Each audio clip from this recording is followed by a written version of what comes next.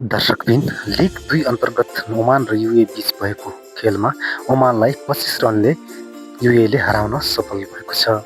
सोमबार कीर्तिपुरस्थित त्रिवी मैदानमा भएको खेलमा ओमानले टस जितेर फिल्डिङ रोजेपछि पहिले ब्याटिङ गरेको युएले 7 विकेटको क्षतिमा 268 रन बनाएको थियो।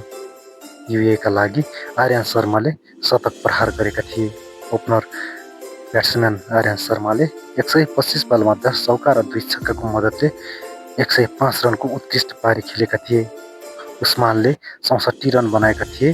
त्यसैगरी हरप्रीत सिंहले 54 रनको उत्कृष्ट योगदान दिएका थिए। युएले सोमबार ओमान विरुद्धको खेलमा निकै राम्रो प्रदर्शन गरेको थियो। नेपालसँग पराजित भएको युए अन्ततः शानदार लयमा देखिएको थियो। युएले ओमानलाई पराजित गरेसँगै 2 अङ्क अझै हासिल गरेको छ। नेपाल भन्दा नि पुछारमा रहेको युएले जित्न नेपाललाई एकदमै फाइदाजनक नै हो। युएको जितले नेपालको शीर्ष 4 को सम्भावना निकै नै बढेर गएको छ। नेपाल लिग 2 सिरिजबाट आफूलाई टप 4 मा राख्न निकै नै प्रयास राख्ने पनि छ।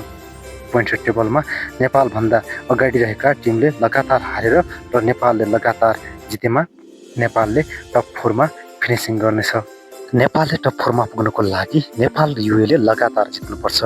ओमान, क्यानाडा, नामिबिया जस्ता टिमहरूले हार बेहोरेको खण्डमा नेपाल टप 4 भित्र पुग्न सक्छ। नेपालले सन् 2027 मा हुने ओडिआई विश्वकपको लागि सिधै ग्लोबल क्वालिफायर खेल्न पाउनेछ। अब बाँकी रहेका 15 खेलमध्ये 11वटा या 12वटा खेल जितेको खण्डमा नेपाल टप 4 भित्र पुग्नेछ। दर्शकबिन आशा छ नेपाल टप 4 भित्र पुग्दै आफूलाई ग्लोबल क्वालिफायरको लागि प्रमाणित गर्नेछ। दर्शकबिन नेपाललाई भोलि हुने खेलको लागि बेस्ट अफ लक भन्दै बिदा हुन्छौँ। धन्यवाद, नमस्कार।